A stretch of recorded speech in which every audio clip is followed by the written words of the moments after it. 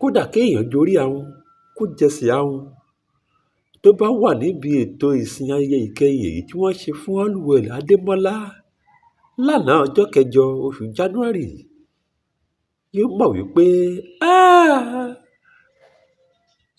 bíntín báyìí òun nílé ayé yìí o.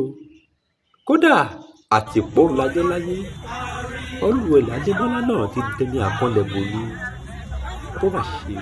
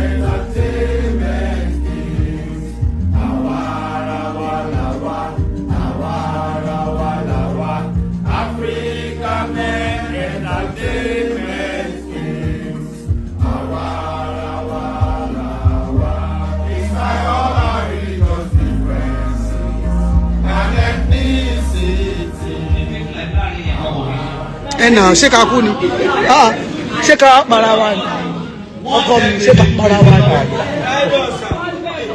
àmọ́.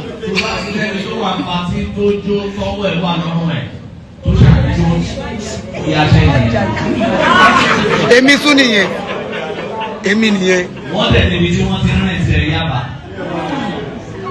torí tó bá ti sọnù wàhálà dé. èmi nìyẹn. àwọn bẹ́ẹ̀ de ọkùnrin àkọ́dà gbogbo alájẹlá yóò tèmi kẹrin èmi ò fi bẹ́ẹ̀ nà eléré lówó mọ́ torí I'm now a careful giver, not a cheerful giver. Ó wà lọ́wọ́ ẹ̀ láyé fún ẹ dé lọ́kùn ẹ̀ lá tó bá kàn tiẹ̀ sí lá. Balance life, life is about balance, joy and sorrow, love and peace. Don't expect people to love you all the time. They don't even have to.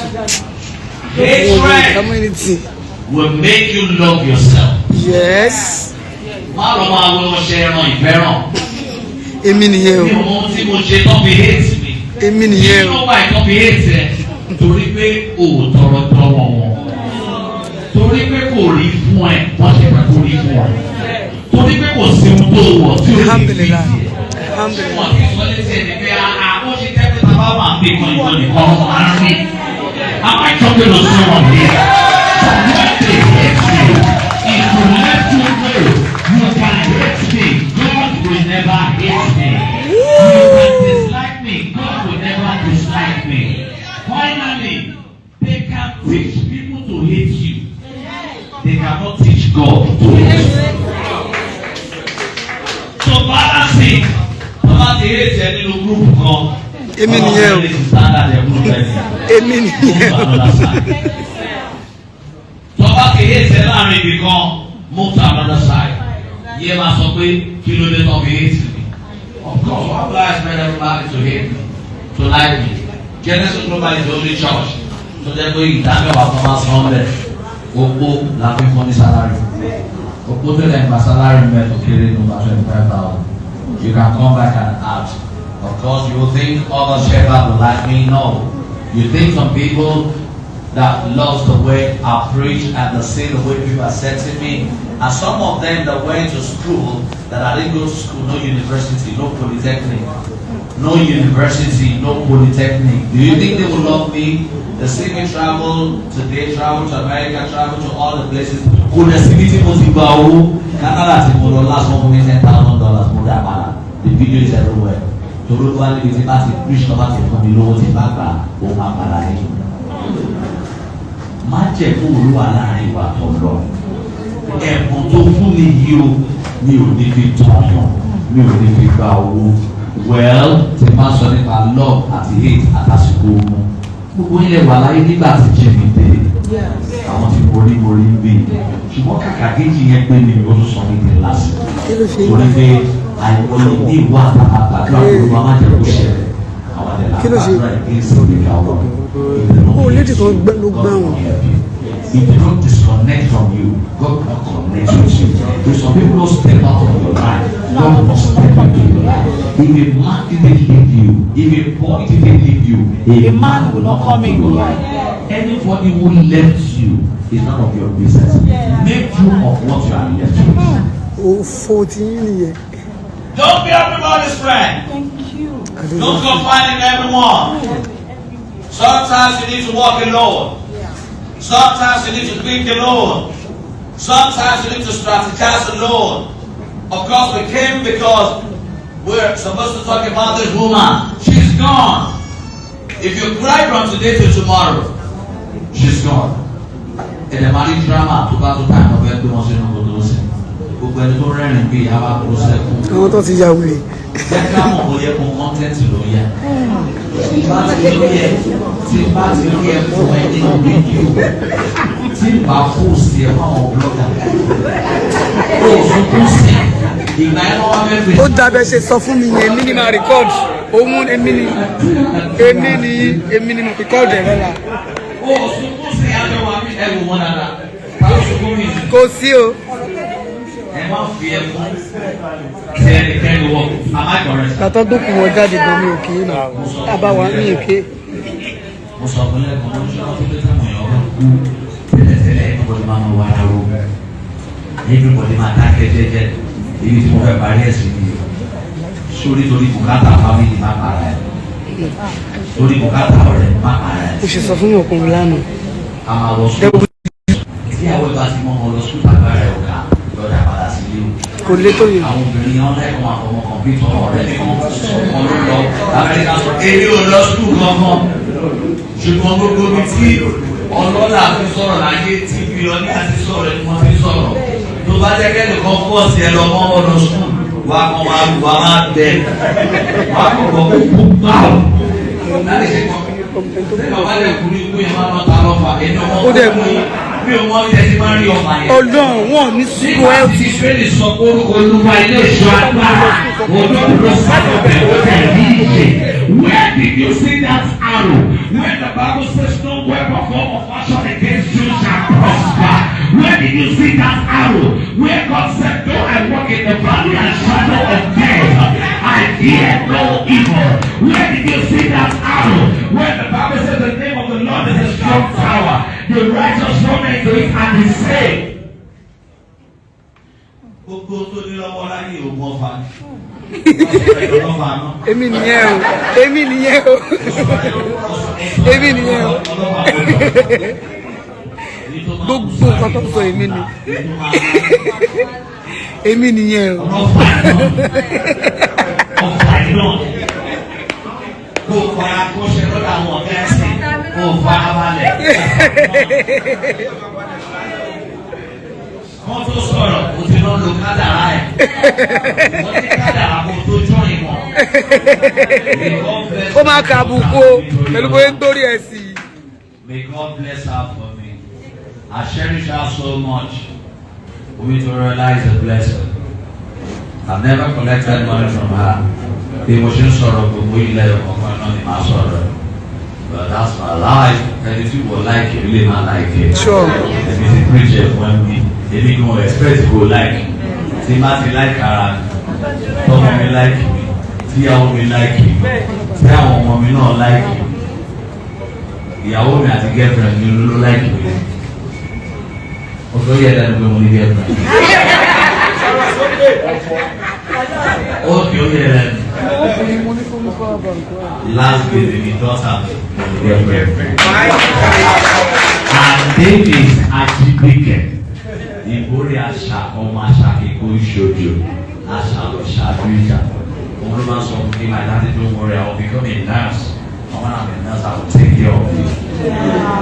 That's why she's my girlfriend. Tí máa jáde ní ètò bẹ́ẹ̀, máa sọ àbò tí máa dé. Tí owó bá fẹ́ jáde lọ́wọ́ mi, tí mọ́mí wọn bá ti tì wá, owó ẹ̀ máa jáde. I want to beg you now. Don't die because of anybody. Don't die because of family. Don't die because of your brother. Don't die because of your sister. Don't die because of your wife. Don't die because of your husband. If you die, life will move on. Yes. Life will continue. Just by the way life is going to continue, we're going to lay out to them to rest. Ladies and gentlemen, I want to let you know this. Nobody can get it off. She's out of Nigerian trouble. I was someone no more watch more someone taxi. One of them more she taxi my people with the back. More someone taxi. More someone leave. To someone go leave break out one more. Above all, go good for me. Aṣọ for me. Bàtà for me. Ẹlòmíràn máa ń bára kó. Ẹni tí ó wá ṣiṣẹ́ ló máa kó. Ènìyàn má ṣe rọra rẹ ní bó ṣe fọlọ́. Owó tó ní èrò bẹ́ẹ̀. Ìdílé ọkọ̀ òye rẹ̀. Ẹ̀yin olóṣèlú ẹ̀yin lẹ́wà mẹ́sì ẹ̀rọ tó bá wọn kan ti wà bẹ́ẹ̀. Tó bá yá àwọn kan máa tún débẹ̀ kí wọ́n máa sọ ìgbà yìí. Àtẹ̀yìn pásítọ̀ mo mọ̀ lóṣù yìí lóṣù tẹ máa ń béèrè first fruit kan lọ pé first fruit wà. Ọ̀dẹ ara tiẹ̀ náà wà kó owó tó kọ́kọ́ parí bẹ́ẹ̀ ló máa ń kó fún pásítọ̀. Owó tó yẹ kó kọ́kọ́ kó lọ fún ìyá ẹ̀ tó yẹ kó kọ́kọ́ kó lọ fún bàbá ẹ̀. Pásítọ̀ ní kókó first fruit. ṣé kì í tí mò ń tẹ̀lé wọn béèrè 1,000 lọ́wọ́ wa rí bó mo ti fẹ́ rí bọ́ béèrè lò tí mi ló mo ti fẹ́ fún yẹn. Tó bá déyàn márùn-ún 5 million nìyẹn o ẹ̀mọ etí yẹn jẹ́ kí ló dé tí pásítọ̀ náà ta ṣọ́ọ̀ṣì ẹ̀ kó fi ṣe first fruit kó kó fáwọn aláìní ètò orí ẹ̀ pé Nàìjíríà àwọn nǹkan tó ń fa heart attack tó ń fa high blood pressure tó ń fa whatever you call it is called guilt. Tí màá ti ṣẹ̀ tó bá nínú ṣẹ̀ to your pocket. Ẹni tó bá ṣẹ̀ lọ bá a sọ fún ọkọ àwọn pásítọ̀ mi láìpẹ́ mi náà. Ètò ìmọ̀sọ̀ láàárọ̀ yìí torí January la wà wàhálà bẹ̀ máa dá wàhálà lẹ̀. Tó bá dẹ̀ torí pọ́ọ̀sì ọ̀ṣẹ̀ lọ́ra èso la máa ń kó la ọ̀gẹ̀ la question tí wọ́n á fẹ́ bèrè lọ́wọ́ rẹ̀ ti máa ń jẹ́ ìkẹta mi lẹ́nu. Owó tó kọ́kọ́ wọlé sí ẹ lọ́wọ́ ní January ni 1 million. O dẹ̀ ti sanwó lé. O ti sanwó lé ìyá. O ti sanwó school fees àwọn ọmọ. O wá kó tó fún 1 million yẹn o kọ̀ lọ́wọ́ pásítọ̀. Ṣòro lọ́sẹ̀ yìí tẹ̀ kọ́ lọ́wọ́ pásítọ̀ ṣàpẹ́ lọ bí 50. Pásítọ̀ ti ní 50 million lọ́wọ́. kò sí ètò ìgbẹ́rẹ́ eléwọ̀n pa. We have more time to talk about common sense and why many of us are where we are. I'm not here to preach church. I'm not here to preach Christianity. I'm not here to preach Islam. I'm here to preach love. I'm here to preach creativity. I'm here to preach to let you walk in another dimension. The fourth dimension is a dimension of creativity, dimension of authenticity, dimension of clarity, dimension of supernatural increase, dimension of alignment, dimension of quality people. Write it on your phone. QPO. Quality people only. Yé máa bá wọn tó rojọ́ ẹlẹ́jọ́ ṣe tó bá bá wọn ṣe wọ́n rojọ́ ti ẹ̀ lọ. The final dimension is the dimension of prayer and power. I wish I had more time to let you know that she has gone to rest. When you get to where you're going to lay out to rest, má dé ẹ̀fà mo fẹ́ fún yín ní assignment kan ẹ̀ tó bá ti dé. èmi ni kẹ́ sọ fún. Ẹ̀ẹ́dẹ́gbẹ̀rún ẹ̀ẹ́dẹ́gbẹ̀rún kámẹ́rà wà lórí ẹ̀ ìyẹn máa ṣẹ́yìn. I know some of who a guy for real. I'm only trying to make you laugh. I'm a very emotional person. If I want to tell you not, I'm not saying you shouldn't cry, but they're smart. They're smart. Imagine she wants to come also. She has done well. But I sort of want me on coordinate for what she needs. máa ń gbé everybody. Wọ́n máa ń wá àlàáfíà everybody. La máa sọ nípa ẹni jọ tó máa lò. Mo mọ̀ jẹ́ kọ́rọ̀ mi pa yín lẹ́nu. Mo mọ̀ jẹ́ kọ́rọ̀ mi fún yín ní time láti reflect. You can go back and watch all the video. Maybe you will learn from it. Má jẹ́ gbèsè ọjà yàrá ẹ̀. Má kọ́kọ́ lọ gba àjọ àbí lọ yá owó ní báńkì kó lọ sọ̀rọ̀ mẹ́wàá. Ọjà lè yẹ fi yẹ sí. Ọjà lè. Nígbà tó lọ gba àjọ kò sí bẹ̀rẹ̀ business. Wọ́n má jalè, àwọn tó ń jalè ẹ̀ sọ tí wọn náà sà. Báwo ló ṣe fẹ́ sanwó àjọ padà? So many things that we have to talk about. I love you, and I want to hand you over to the name of the Lord, in the name of the Father, Amen. of the Son, of the Amen. Holy Ghost. Let me hand it become back.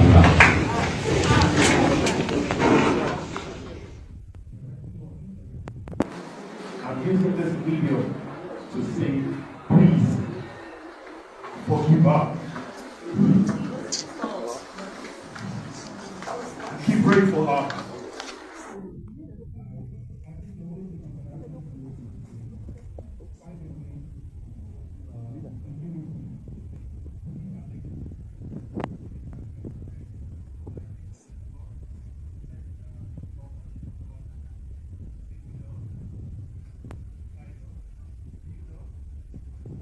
Raise more new generation of stars, just like she did while she was alive.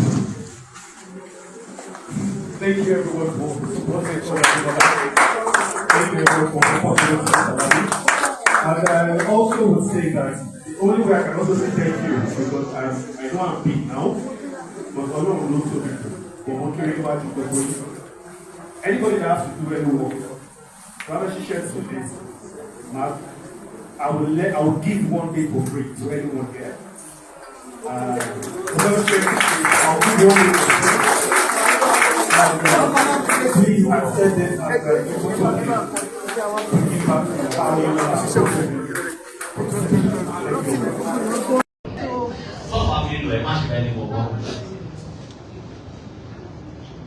I was born in the month of March. Olúwa. Gbèsè tí àyànmọ́ jẹ ìran ẹ̀. Gbogbo àwọn àtàwọn nínú iṣẹ́ ìpolówó láyé ló ní kékeré wa. Gbèsè tí àyànmọ́ jẹ ìran ẹ̀. Lórúkọ Jésù àánú asọ́kọ̀. Àmín Jésù. Àánú asọ́kọ̀. Àmín Jésù. Àṣẹ ìrọ̀rùn ni mo bá o. Bí èmi bá ṣe wọlé Ọlọ́run. Àtàwọn tó wà láàrin wa bí ní association yìí. Àtàwọn tí ó sì ní group yìí. Creative mind to create what is essential. Creative mind to create what is peculiar. Creative mind to create what will impact this generation. That will not make you run after government, but after government. With your loudest amen, receive it in the name of Jesus. Receive in the name of Jesus.